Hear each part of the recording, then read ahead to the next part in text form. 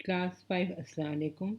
आज जो मैं आपको सबक पढ़ा रही हूँ उसका नाम है करबला हो भला। पहले मैं आपको इस सबक की बुलंद ख्वानी करके बताऊँगी और आप मेरे साथ साथ अपनी किताब में देख के पढ़िएगा। उसके बाद मैं आपको इस सबक का खुलासा बताऊँगी। तो चलें हम अपनी चैप्टर की तरफ आते हैं, जिसका नाम है करबला हो भला। बहुत पुराने ज़माने की बात है, एक काफ़िला सफ़र कर रहा था। इस ज़माने में सफ़र करना बहुत दुश्वार हुआ होता था। कोई शख्स तन्हा सफ़र ना करता, बल्कि इस इंतज़ार में रहता कि बहुत से लोग मिलकर सफ़र के लिए काफ़िला बन जाएं।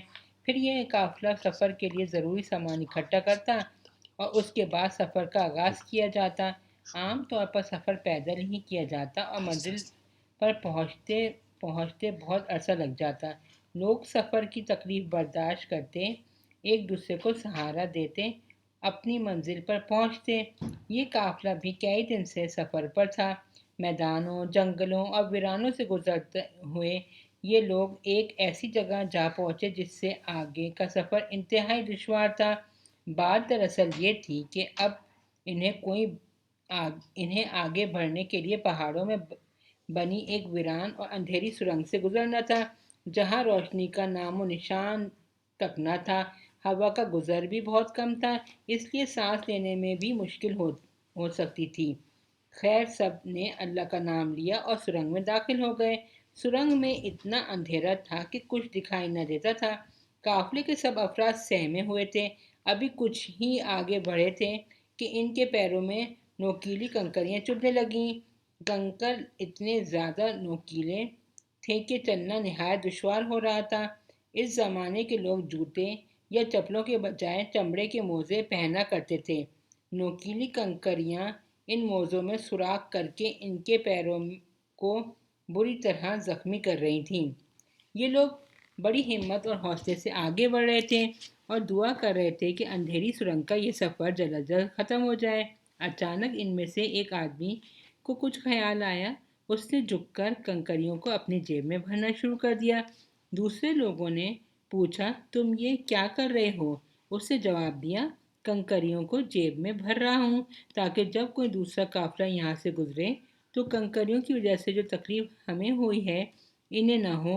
कुछ लोगों ने इस बात को सराहा और इसकी पैरवी करने लगे और कंकरियां उठा उठा के अपनी जेबों में भरने लगे। कुछ लोगों ने इनकी बात से इत्तेफाक न किया और इनका मजाक उड़ाते आगे बढ़ते गए। खुदा खुदा करके अंधेरी सुरंग का ये दुश्वार सफ़र ख़त्म हुआ और वो सुरंग से बाहर आ गए। सुरंग से बाहर आ गए वो और वो एक बाहर आकर एक घने और सायेदार दरख्त के नीचे कुछ देर सुस्ताने के लिए बैठ गए। पानी भरकर ताज़ा तर हुए इन्हें ख्याल आया कि जेबों से कंकरियां निकाल के एक तरफ रख दे ताकि ये बोझ तो कम हो। मगर ये क्या, जूं ही इन्होंने अपनी जेबों से कंकरियां निकाली तो वो खुशी से उछल पड़े, क्योंकि जिन कंकरियों को निकाल कर फेंक फेंक देना चाहते थे वो नहायत कीमती हीरे थे और रोशनी में इनकी चमक धमक दिखने वाली थी। अब तो वो बेहद खुश थे और इस इनाम पर अल्लाह का शुक्र अदा कर रहे थे कि उसने इस छोटी सी नेकी का इन्हें इतना बड़ा इनाम दिया।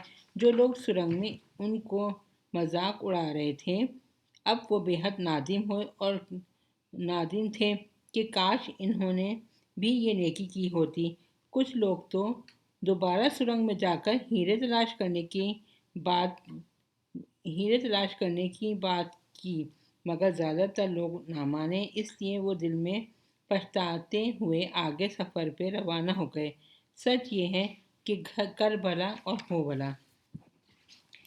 तो बच्चों, ये मैंने आपको इस सबक की बुलंद ख्वानी करके सुनाई है। अब आए इस सबक के खुलासे की तरफ।